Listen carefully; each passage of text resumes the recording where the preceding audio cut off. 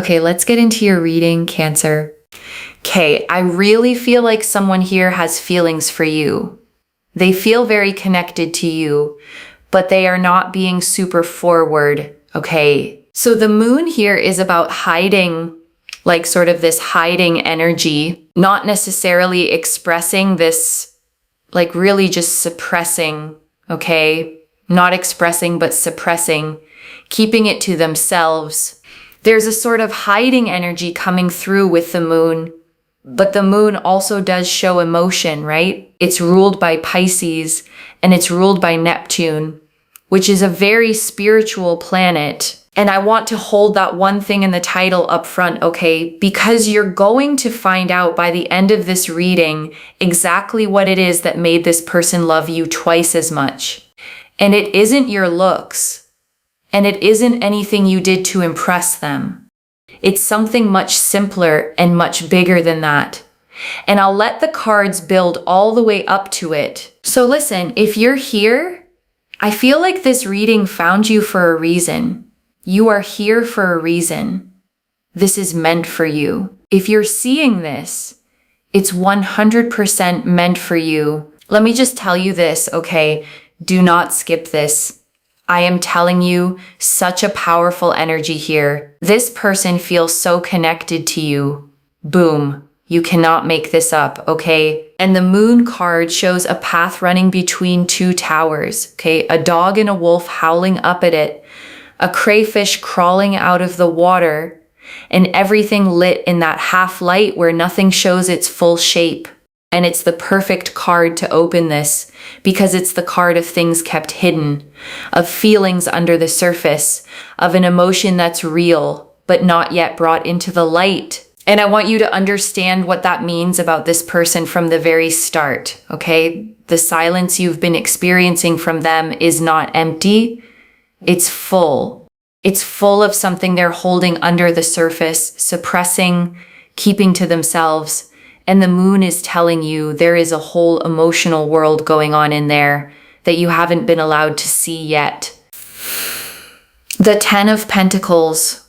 The Ten of Pentacles shows that this person feels so connected to you, so drawn to you. They see you as life partner material. They see you as the kind of person they can be with, they can grow with, they can have something work out with. They feel so connected to you and so drawn to you. They literally appreciate you so much, and they literally see that you can be their life partner. And I want to be clear about how significant this specific card is here, okay? Because the Ten of Pentacles is not a crush card. It's not a butterflies card. It shows an old man with his dogs, a couple, a child, 3 generations standing together under an archway with the family crest carved into the stone. It is the card of legacy, of building something that lasts generations. So when this is the card for how they see you, okay, they are not thinking about a fling. They're thinking about a life, the whole architecture of a future, a home, a family, growing old. That's the scale of what they see when they look at you. And that scale is part of why they've gone so quiet, because it's a lot to feel and not know what to do with. And I want to name something specific about being seen this way, okay? Because it cuts both directions. Being seen as life partner material is the most flattering thing in this reading. And it's also the reason for the paralysis, because you don't get nervous about someone you see as temporary. You get careful, painfully careful, about the person you've decided you want for life. So the very weight that's freezing them, okay, is the proof of how seriously they're taking you. A casual feeling moves fast because it has nothing to lose. A life partner feeling moves slow because it feels like it has everything to lose, and this person is moving slow for the biggest possible reason. Now, with the Five of Swords, I'm going to check this out, because why did the Five of Swords come out with the Ten of Pentacles? Okay, the Five of Swords. This person loves you a lot. They care so much about you, okay? They feel like you are so, so special. Your person here feels that you are so, so special. You are so kind. You're literally life partner material. The reason why we have this Five of Swords is because they have been so traumatized and hurt in their past, okay? So romantically, they've been so hurt and so frustrated regarding their past. They literally think to themselves, oh my God, I've been through so much in the past. I've gone through so much pain and heartbreak and sadness and frustration and pain and trauma. I've been through so much. And they get scared. They get overwhelmed. They don't know how to cope with it, right? And the Five of Swords shows a figure gathering up swords, okay? A slight smirk, two other figures walking away in the background, heads down, defeated. And it's the card of the hollow victory, of conflict that leaves everyone worse off, of battles that cost more than they gave. And when it shows up around someone's past, it means they walked away from love carrying losses, carrying the memory of fights that scarred them. And I want to be gentle and honest about what that does to a person, okay? Because it explains everything that comes after. When love has hurt someone badly enough, their nervous system stops telling the difference between the person who hurt them and the next person who could. A new love, even a safe one, even the right one, sets off the same alarms as the old danger. So when this person hesitates around you, okay, some of what they're feeling isn't even about you at all. It's an old alarm going off. A body remembering pain and bracing before the mind can catch up and say, no, this one is different. This one is safe. And learning to tell those two apart, okay? The old alarm and the real present is exactly the work they have to do before they can come forward. It's not small work and it's not fast. But the Page of Swords and the Hanged Man both say they're genuinely doing it. And so because they've been through so much like pain and trauma in the past love-wise, they get very scared coming forward, but they know that you are the one. Okay, they know that you are the one. They just have to get through that trauma and that pain that they've been through. It's not that they are still hung up on their past situations or connections. It's more so the fact that they've been through so much in the past that obviously they just get really overwhelmed, like doing it again. And I want to sit with that distinction, okay, because it's genuinely important and easy to get wrong. They are not hung up on an ex. This is not someone pining for someone else. The thing holding them back is not another person. It's the memory of pain. And those are completely different blocks. It's a bit like, right? If you've been rejected for a job 20 times, going to that 21st job interview can feel quite overwhelming. Even if you feel like, okay, that's definitely going to be the one, you can still have reservations and doubt. It's very normal, right? So that's what I see here, is that they literally believe that you are the one for them. They feel like you are so connected to them. They feel like you are their person, okay? And I want to draw out one more layer of that job interview picture, okay? Because it explains the exact flavor of their hesitation. The person who's been turned down 20 times doesn't just fear the 21st no. They fear their own hope. They've learned that hoping is what makes the rejection hurt. So they protect themselves by refusing to fully hope at all. And that's the quiet battle inside this person, okay? A huge part of them is certain you're the one. And another part is terrified to let itself believe that fully. Because believing it is what would make losing it unbearable. So they hold the certainty and the fear at the very same time. And that is an exhausting way to carry a feeling this big. And I want to expand that job interview idea a little, okay? Because it's a really accurate picture of what's happening in them. The person walking into that 21st interview isn't hesitating because they don't want the job. They're hesitating because wanting it so much is exactly what makes it terrifying. The more it matters, the more there is to lose. And the more the old rejections start whispering, and that's this person with you, okay? It's not that you matter too little to act on. It's that you matter so much that acting on it feels enormous, and their scars start speaking up the moment they get close to something real. We got quite a few cards here. 1 second. But they get overwhelmed. They get scared. The Page of Swords. We've got the Page of Swords. They feel like you are their person. They want to have this transformation.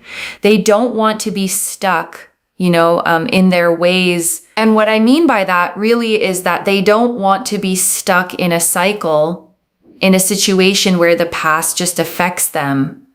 Again, not the past person or anything. It's the past, like trauma and the heartbreak and the sadness and, the overwhelming emotions of what they had to deal with when something didn't work out in the past.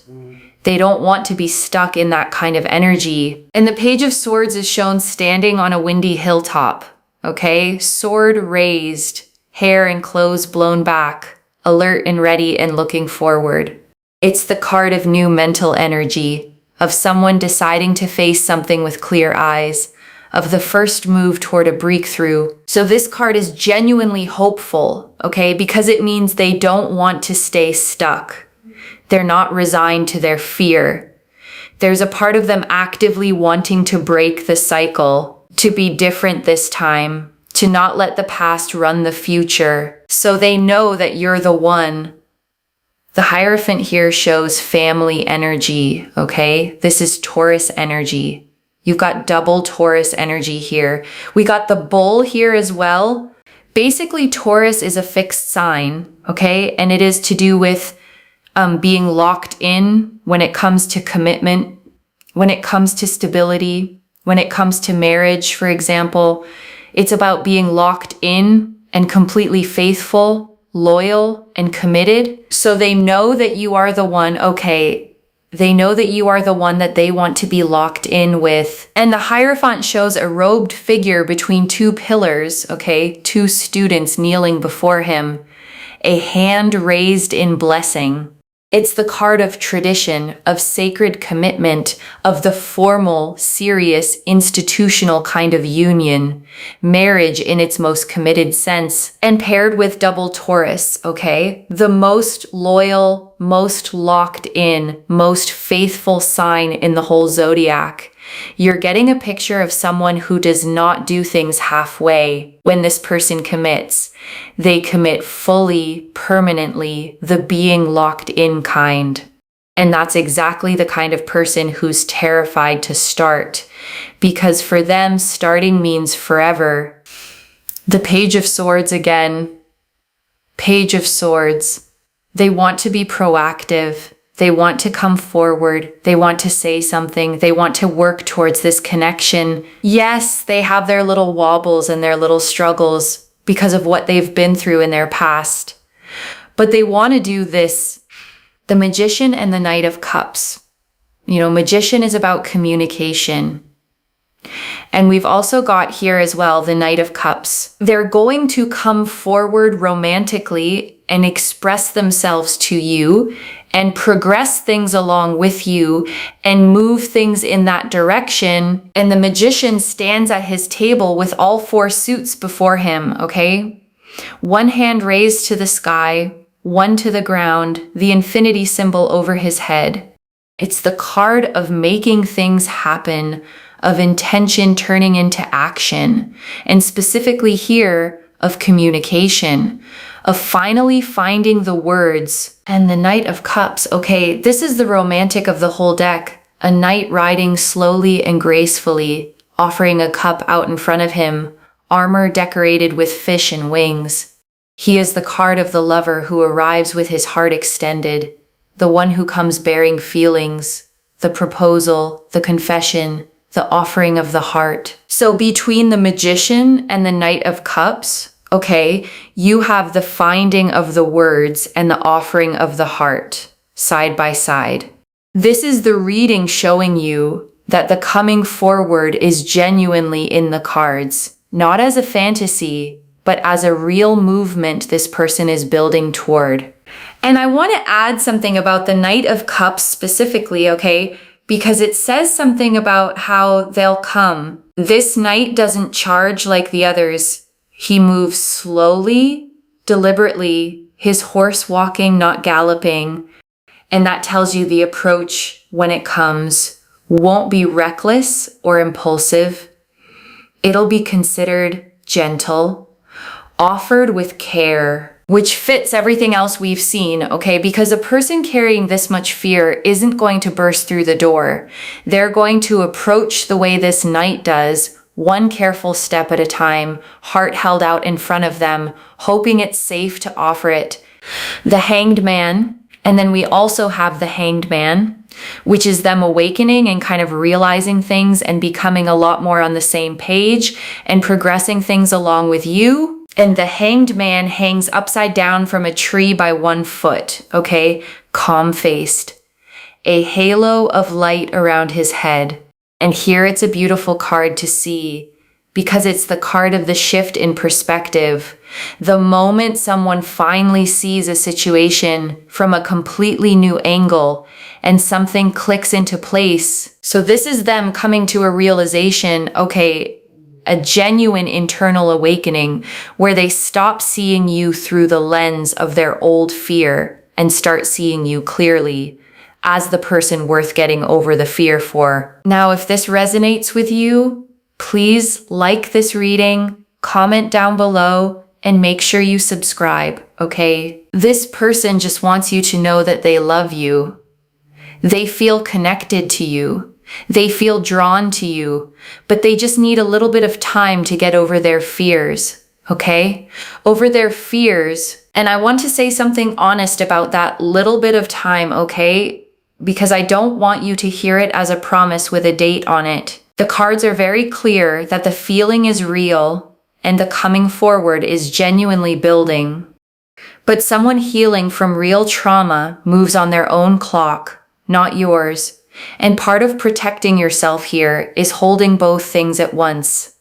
The love is real, and you cannot put your own life on pause waiting for their timeline to finish.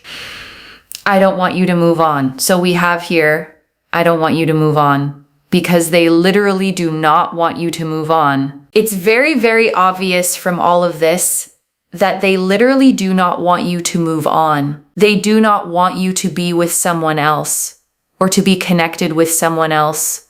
Please forgive me.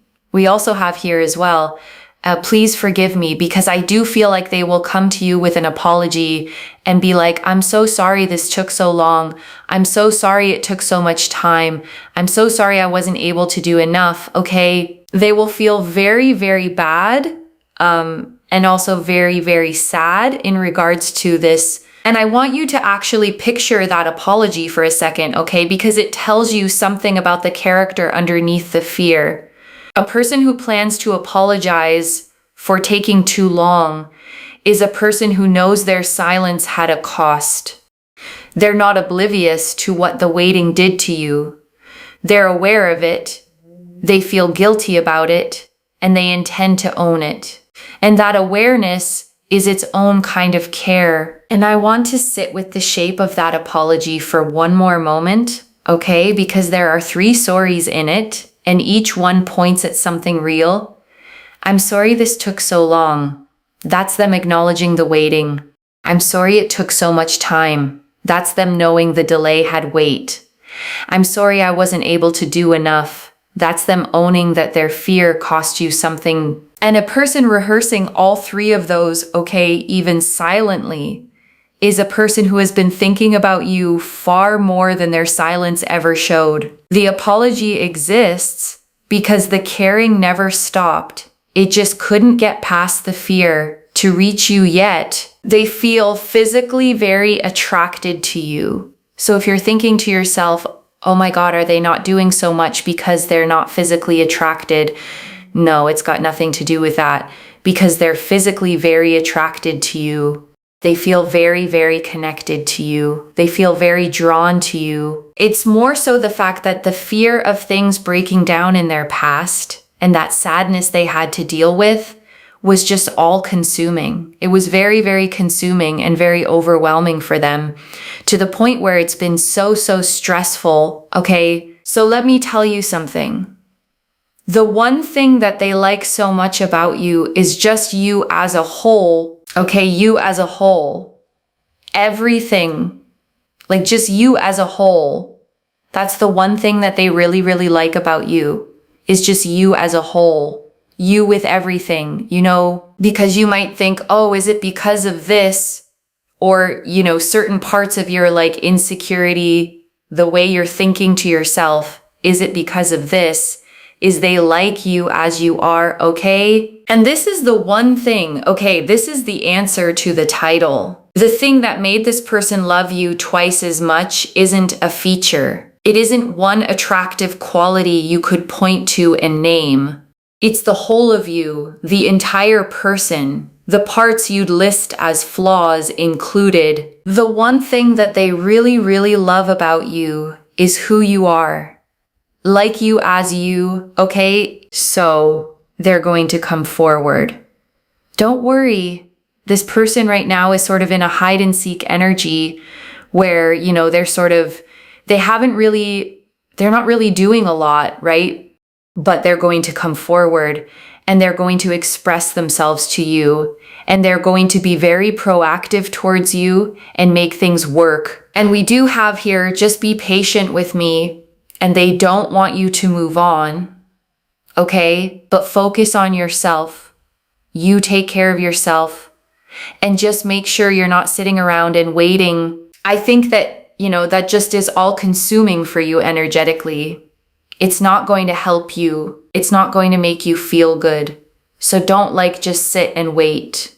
You know what I mean? Focus on you. You put yourself first. Very important stuff. And I want to underline that advice, okay? Because it's the single most important instruction in this whole reading. And it's easy to skate past in all the romance. Be patient with them if you choose to. But patient is not the same as waiting. Patience is living your full life while leaving the door open. Waiting is putting your life on hold with your eyes fixed on a door that opens on someone else's schedule. And the second one hollows you out, okay? It drains you. It makes you smaller. And ironically, it makes you less like the whole vibrant, complete person they fell for in the first place. So focusing on yourself isn't giving up on them. It's staying the exact person they don't want to lose. The Tower. We've got the Tower. So there's a rebuild. There's a sense here of things really progressing. Building, the building blocks. There's a lot of progress. There's a lot of movement. There's a lot of,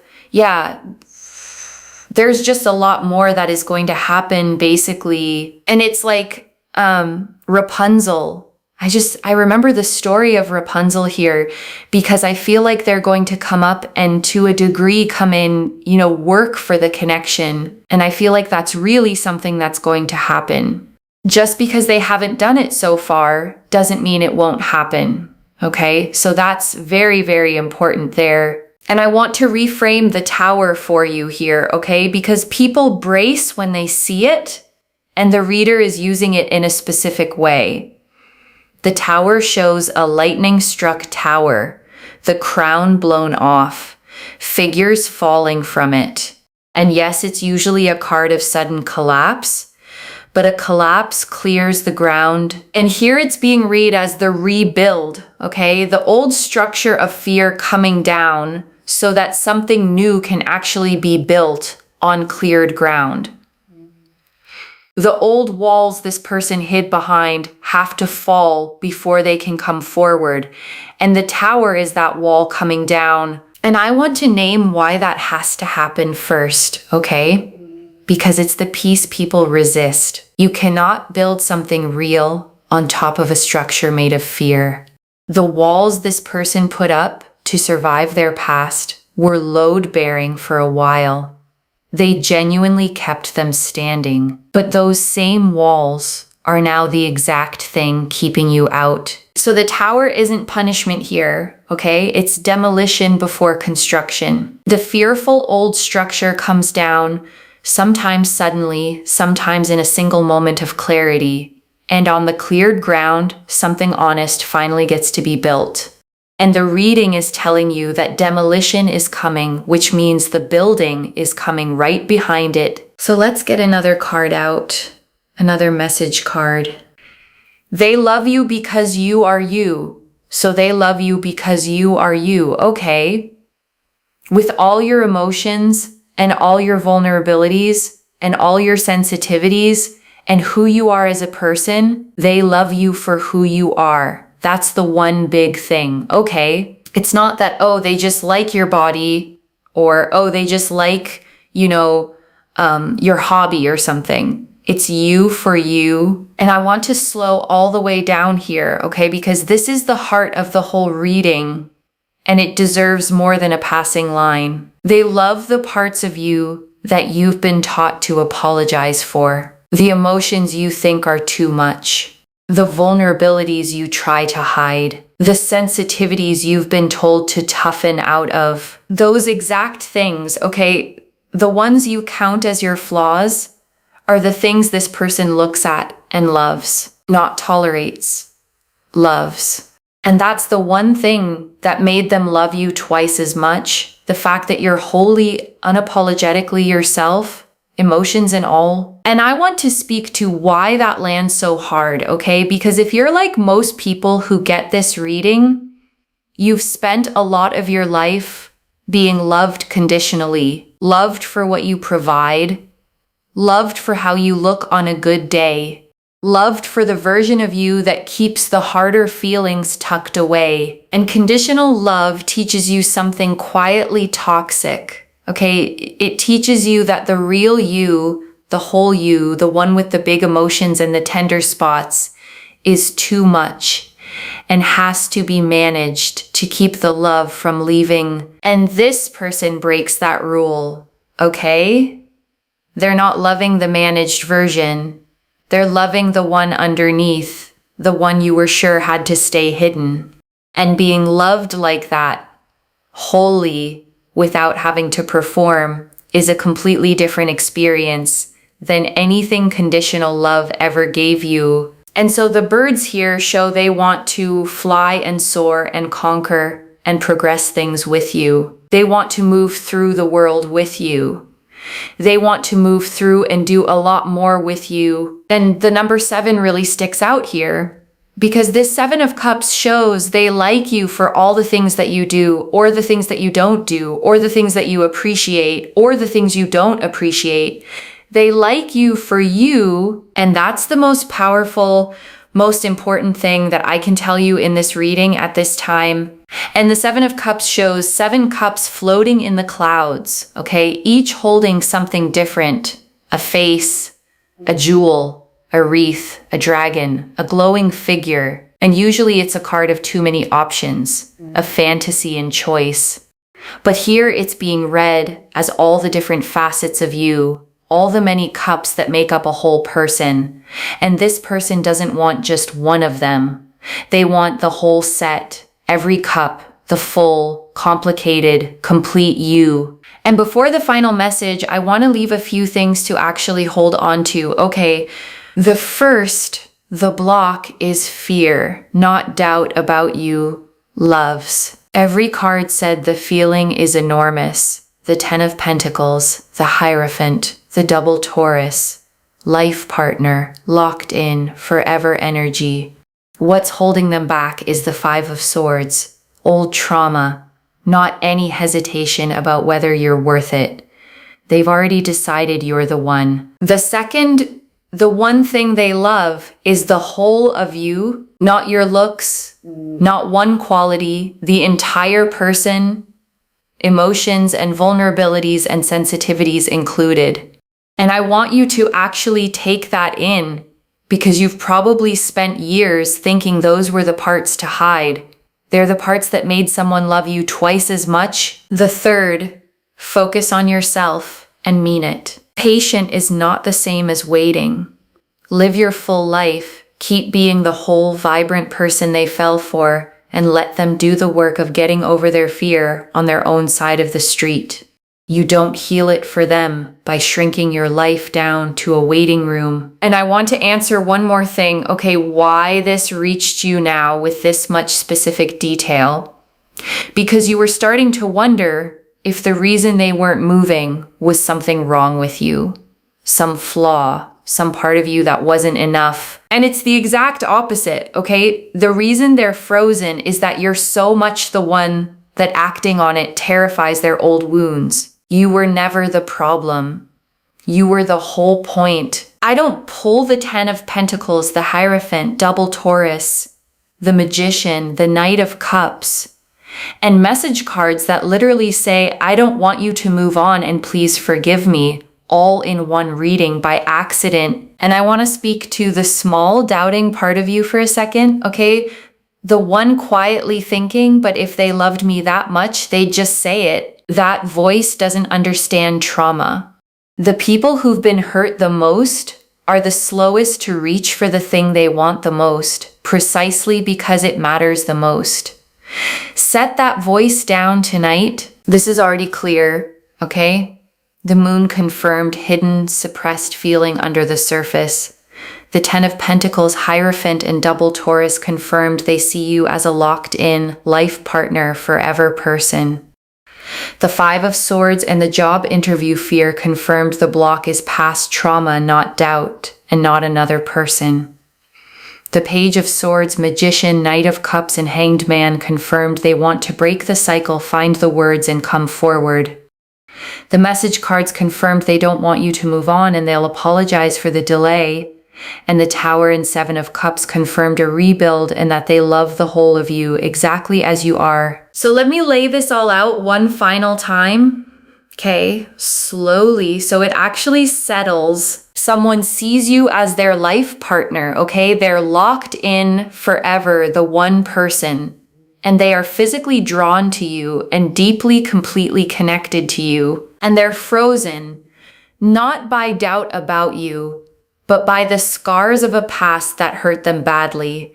And they're working genuinely toward getting over it and coming forward with an apology for the delay. And the one thing that made them love you twice as much is the whole of you. Every emotion, every vulnerability, every part you thought you had to hide. And your job is to keep being exactly that whole person, focused on your own life, not shrinking into a waiting room for them. One message.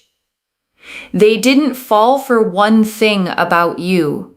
They fell for all of you, which is the one thing you can never lose by being yourself. If this resonated, loves, let me know what hit hardest. I genuinely read every comment, okay, even the ones I can't always reply to individually. Your story becomes part of the reason this reading keeps finding the next person who needs it too. Like this reading, and make sure that you're subscribed, and I'll see you in the next one. Wherever you're watching this from, okay, I want you to actually feel this settle in before you go. You have probably spent a long time, okay, believing the way to be loved was to hide certain parts of yourself, to be less emotional, less sensitive, less much, to smooth yourself down into something easier to want. And here is someone who looked at all of it, okay, the emotions, the vulnerabilities, the sensitivities, the whole unedited person, and loved you more for it, not less. So please stop hiding the parts you thought disqualified you, okay? Because they're the parts that made someone fall. The whole of you was never too much. It was the exact thing that made you unforgettable. Take care of yourself. Bye, loves.